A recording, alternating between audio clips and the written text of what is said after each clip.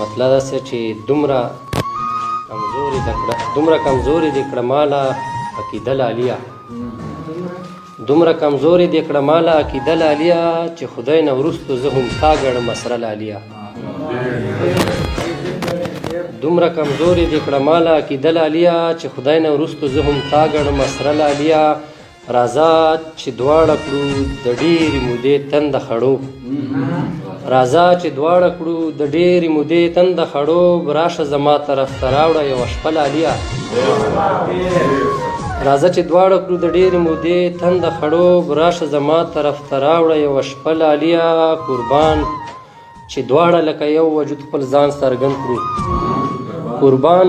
چې دواړه لکه یو وجود خپل ځان څرګند کړو راځه چې ځان ته کړو حیرانه زمانه لالیه قربان چې دواړه لکه یو وجود خپل ځان څرګند کړو راځه چې دواړه کړو حیرانه زمانه لالیه او شعر دی چې باچاخانه یم د عدم تشدد پیروکار باچاخانه یم د عدم تشدد پیروکار هر څوک خبر دی چې مې دا د نظریه لالیه باچاخانه یم د عدم تشدد پیروکار هر څوک خبر دی چې مې دا د نظریه لالیه او غزل مطلب ده چې بیا په دې سیمه پسرلی شو زما رنګ ښه نه دی بیا په دې سیمه پسرلی شو زما رنګ ښه نه دی بیا مې سینه کې دا زړګی شو په غورځنګ ښه نه دی او شعر دی صدر صاحب چې په دغه جنګ کې خو یوازې افغانان مړه کېږي په دغه جنګ کې خو یوازې افغانان مړه کېږي صاحبه داسې درته وایم چې دا جنګ ښه نه دی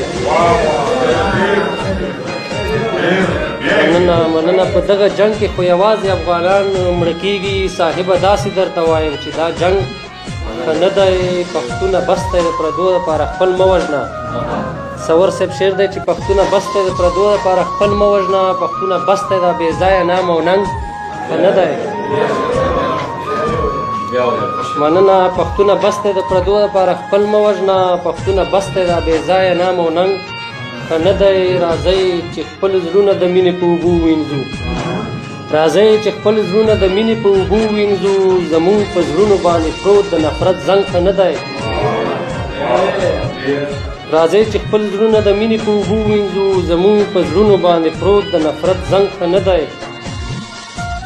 او دا به زموږ ترمنځ پوخ زړه بداوی راولي دا به زموږ ترمنځ پوخ زړه بداوی راولي لالی چې هر وخت کوي مانه دغه څنګ ښه نه دی او نن یو مطرب ته یو ملا ډېر په غوسه وویل اختیار صاحب شعر دی چې نن یو مطرب ته یو ملا ډېر په غوسه وویل د تورې شرنګ خیر دی خو ستا د رباب ټنګ ښه نه دی نن یو مطرب ته یو ملا ډېر په غوسه وویل د تورې شرنګ خیر دی خو ستا د رباب ټنګ ښه نه دی او مقصد ده چې هر وخت چې راشي نو اول رانه موچکې اخلي هر وخت چې راشي نو اول رانه موچکې اخلي لمره ته ښه یې خو دا ستا دغه کلنګ ښه نه دی